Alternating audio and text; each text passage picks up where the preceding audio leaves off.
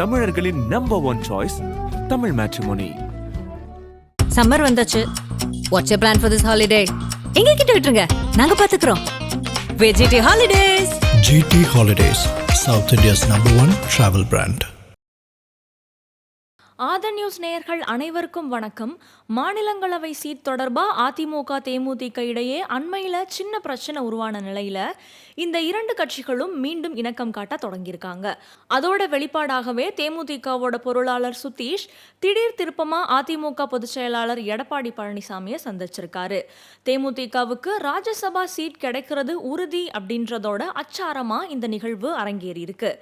தேமுதிகவுக்கு மாநிலங்களவை MP seat வழங்குறது அதிமுகவோட கடமை அப்படின்னும், எடப்பாடி பழனிசாமி சொன்ன வார்த்தையை காப்பாற்றணும் அப்படின்னும் தேமுதிக பொதுச் செயலாளர் பிரேமலதா விஜயகாந்த் ஏற்கனவே கருத்து தெரிவிச்சிருந்த நிலையில தேமுதிகவுக்கு மாநிலங்களவை சீட் தர எடப்பாடி பழனிசாமி இப்போ ஒத்திருக்கிறதா தகவல் வெளியாகிருக்கு. இது மூலமா தேமுதிக பொருளாளர் சுதீஷ் ராஜ்யசபா எம்பி ஆகிற காலம் கணிஞ்சிருக்கு அப்படின்ற தகவல்கள் வெளியாகிருக்கு.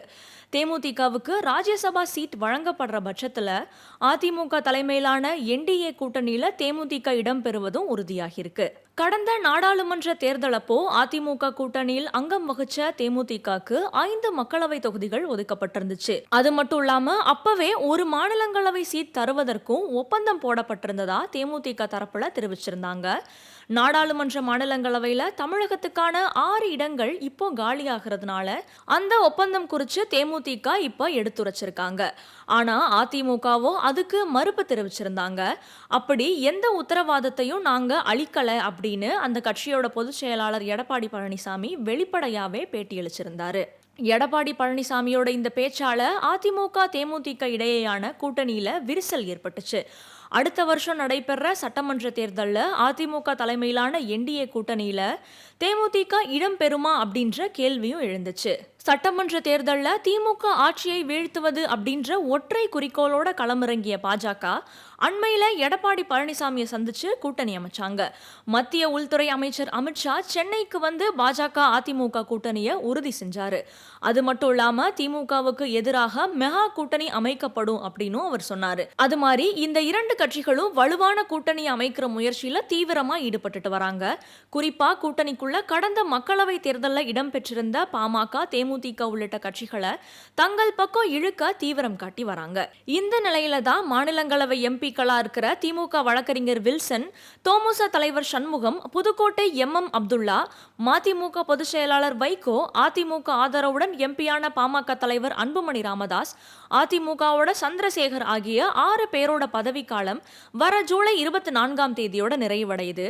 இதை தொடர்ந்து காலியாகிற இந்த 6 இடங்களுக்கு வரும் 19ஆம் தேதி மாநிலங்களவை தேர்தல் நடைபெறும் அப்படின்னு இந்திய தேர்தல் ஆணையம் அறிவிச்சிருக்காங்க.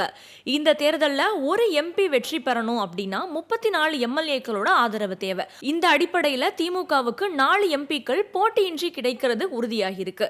அதிமுகவை பொறுத்த வரைக்கும் தற்போதைய நிலையில அதிமுகவுக்கு 62 MLAக்களும் பன்னீர்செல்வம் அணியில 4 பேர் அப்படின்ட்டு மொத்தம் 66 MLAக்கள் இருக்காங்க.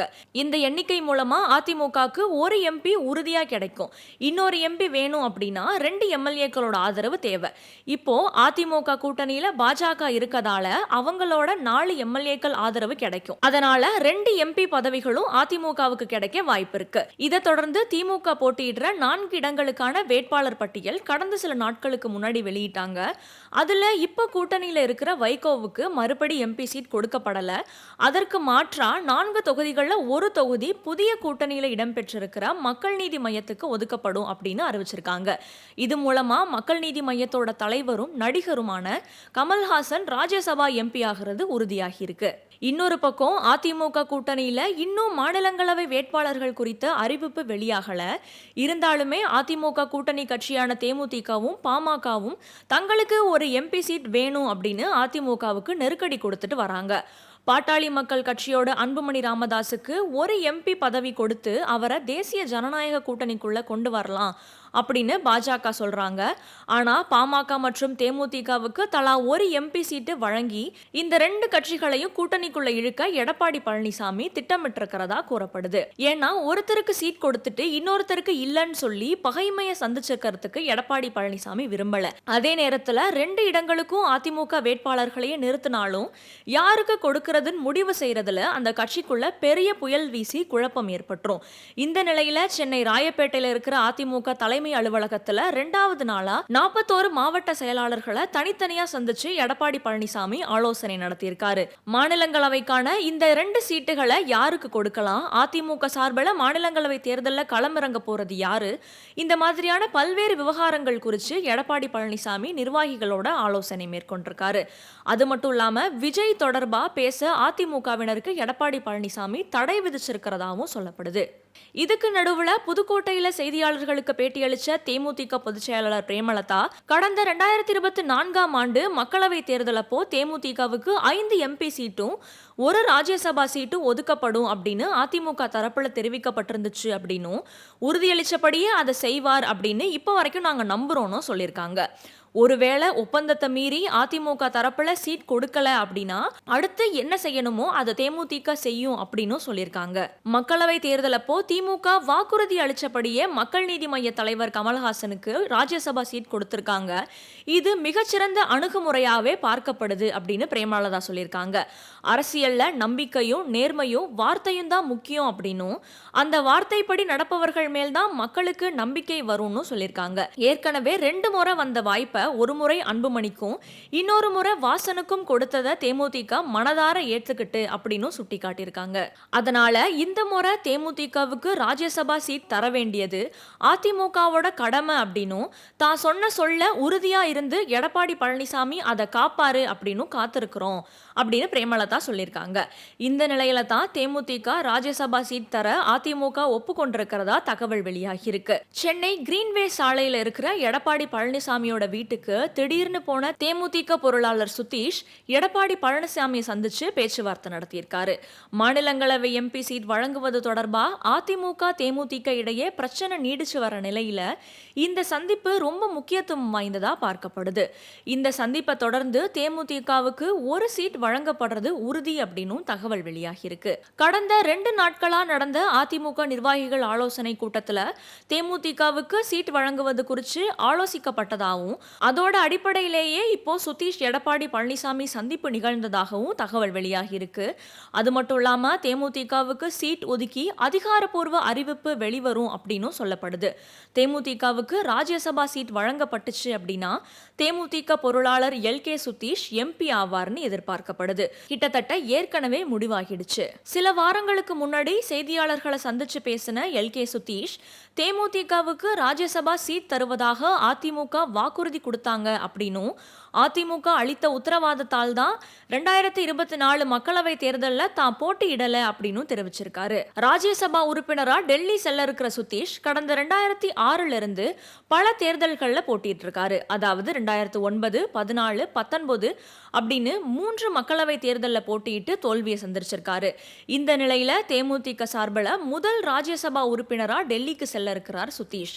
தேமுதிகவை பொறுத்த வரைக்கும் இத்தனை ஆண்டு காலமா எம்பி பதவி அப்படின்றது ஒரு கனவாகவே இருந்துட்டு இருந்துச்சு. கடந்த 2024 மக்களவை தேர்தலில் விருதுநகர் தொகுதியில போட்டியிட்ட மறைந்த விஜயகாந்தோட மகன் விஜய பிரபாகரன் சொற்ப வாக்குகள்ல தோல்வி அடைஞ்சாரு. இது மாதிரி சூழ்நிலைகளுக்கு மத்தியில இத்தனை ஆண்டுகளுக்கு அப்புறம் மாநிலங்களவைக்கு தேமுதிக சார்பாக எம்பியா செல்ல இருக்கிறாரு விஜயகாந்தோட மைத்துனர் சுதீஷ். அடுத்த வருஷம் தமிழக சட்டமன்ற தேர்தலில் நடைபெற இருக்கிற ஏற்கனவே அதிமுக கூட்டணியில் இருந்த தேமுதிகவுக்கு அவங்க ரொம்ப எதிர்பார்த்துட்டு இருந்த ராஜ்யசபா சீட் வழங்கி என்டிஏ கூட்டணிக்குள்ள அந்த கட்சியை தக்க வச்சு எடப்பாடி பழனிசாமி தன்னோட அரசியல் மதிநுட்பத்தை வெளிப்படுத்தியிருக்காரு அப்படின்னே சொல்லணும். அது மட்டும் இல்லாமல் பாமக தலைவர் அன்புமணிக்கு மறுபடியும் ராஜ்யசபா எம்பி சீட் வழங்கி அவரையும் கூட்டணிக்குள்ள தக்க வச்சிருக்க எடப்பாடி பழனிசாமி திட்டமிட்டிருக்காரு. ஏற்கனவே கடந்த முறை தமாக தலைவர் GK வாசனுக்கு ராஜ்யசபா சீட் வழங்கி கூட்டணியை உறுதிப்படுத்தினாரு. இப்போ மறுபடி தன்னோட ராஜதந்திர யுக்தியால மெகா கூட்டணியை கட்டமைச்சிருக்காரு எடப்பாடி பழனிசாமி. இதனால வர தமிழக சட்டமன்ற தேர்தலுக்கு அதிமுக, பாஜக, பாமக, தேமுதிக, தமாக கூட்டணி உறுதியாயிருக்கு அப்படின்னே சொல்லணும். அது மட்டும் இல்லாம திமுகவை வீழ்த்த விஜயோட தாவேகாவையும் இழுக்க தூண்டில் போட்டிருக்கிறாராம் எடப்பாடி பழனிசாமி. இதனாலதான் விஜயையும் தாவேகாவையும் அதிமுகவினர் எந்த காரணம் கொண்டும் விமர்சிக்க கூடாது அப்படின்னு அவர் கடுமையா ஒரு உத்தரவை பிறப்பிச்சிருக்காரு. அதிமுக தலைமையிலான என்டிஏ கூட்டணியில இளைஞர்கள் பட்டாளத்தை கொண்டிருக்கிற விஜயோட தாவேகாவும் இணைஞ்சிருச்சு அப்படின்னா திமுக கூட்டணிக்கு இந்த மெகா கூட்டணி சிம்ம சொப்பனமா இருக்கும் அப்படின்றதுல எந்த விதமான ஐயமுமே இல்லை. திமுக கூட்டணிக்கு எதிராக அதிமுக தலைமையில் இருக்கிற என்டிஏ மெகா கூட்டணி சட்டமன்ற தேர்தலை சந்திக்கும் போது தேர்தல் களத்தில் அனல் பறக்கும் அப்படின்றத சொல்ல வேண்டியதில்லை. அதுதான் நடக்க போகுது. அதிமுக தலைமையிலான மெகா கூட்டணி திமுகவுக்கு ஆதரவாக வந்த தேர்தல் கணிப்புகளை தவிடு பொடியாக்கும் அப்படின்னு அரசியல் வல்லுநர்களும் சொல்றாங்க. தமிழக சட்டமன்ற தேர்தலுக்கு இன்னும் பல மாசம் இருக்கிற பட்சத்திலையும் இப்பவே அதற்கான களம் தகதகன்னு சூடாயிட்டு இருக்குன்னே சொல்லலாம்.